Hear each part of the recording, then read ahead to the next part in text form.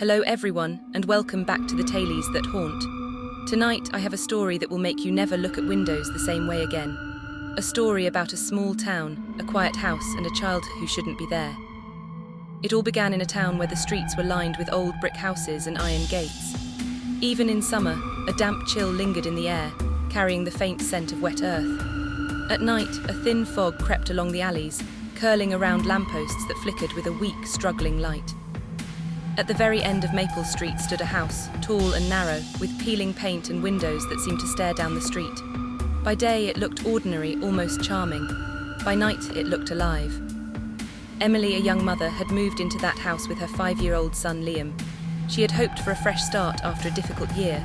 The sudden loss of her father had shaken her. Her husband Mark worked long hours, leaving her alone with Liam most of the time. She dreamed of peace, but peace is not always what we find. The first night was silent, too silent. Liam woke up screaming, pointing toward the upstairs window. "Mom, there's a girl in the window," he whispered, his voice trembling. Emily rushed to his side. The moonlight spilled across the floor, glinting off the window panes. The alley behind the house was empty, shrouded in fog. Still, the sense of being watched prickled her skin. "It's just the moonlight, sweetheart. There's no one there," Emily said, trying to calm him. But Liam shook his head violently. "No, she's there, she's looking at me." Emily shivered. A cold draft brushed her neck. She looked again, nothing but shadows. She tucked Liam back into bed, but as she did, she noticed a faint outline of movement in the corner of the room, a shadow that seemed wrong. Over the next week, strange things began happening. Each night, Liam would talk about the girl in the window. "She's standing there, she's waiting for me," he would say, eyes wide with fear.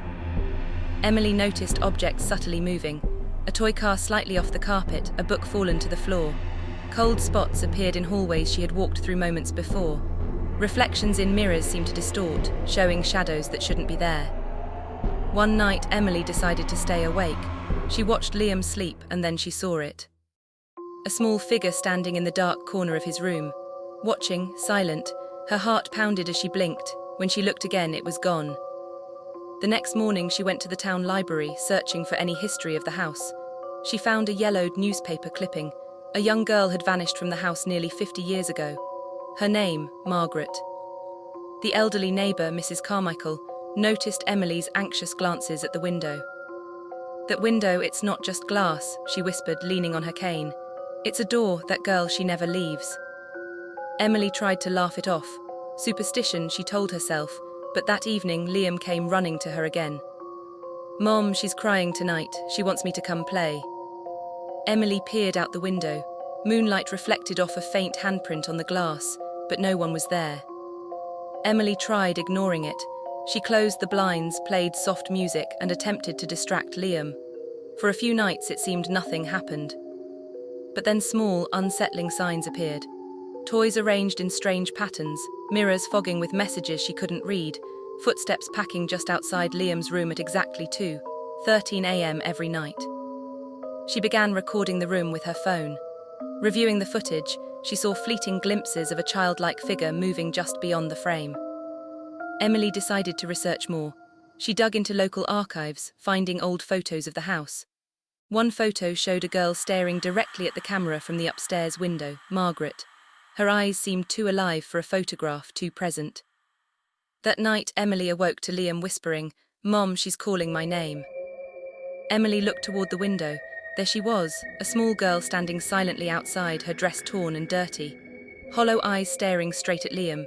The wind stirred her hair, but she didn't move her lips. She was only watching.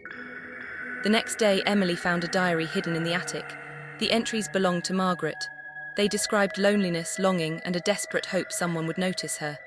As Emily read, she realized the haunting wasn't random. It was personal. The diary mentioned a name repeatedly, Emily. She stumbled back, heart racing. The girl in the window was connected to her. Somehow, decades apart, their lives had intersected. That evening, during a thunderstorm, Emily opened the window to confront the figure. Lightning illuminated the alley. There she was, staring directly at Emily. Hollow eyes, torn dress, pale skin. But most horrifying, her face partially mirrored Emily's own childhood face. Emily's mind raced. No twin, no sibling, just her reflected in a ghost. Emily stumbled back. She realized the haunting had always been waiting for her, not just Liam. The next morning, the window was wide open. Liam slept peacefully. Emily noticed something that made her blood run cold, a small handprint on the inside of the glass, right beside her own reflection. From that day onward, every time the wind howled at night, a child's laughter echoed from the window, calling Liam's name. Emily eventually left the house, but she could never forget the child in the window. And sometimes at night, the little girl still watches from the window that shouldn't exist. Thank you for your watching video.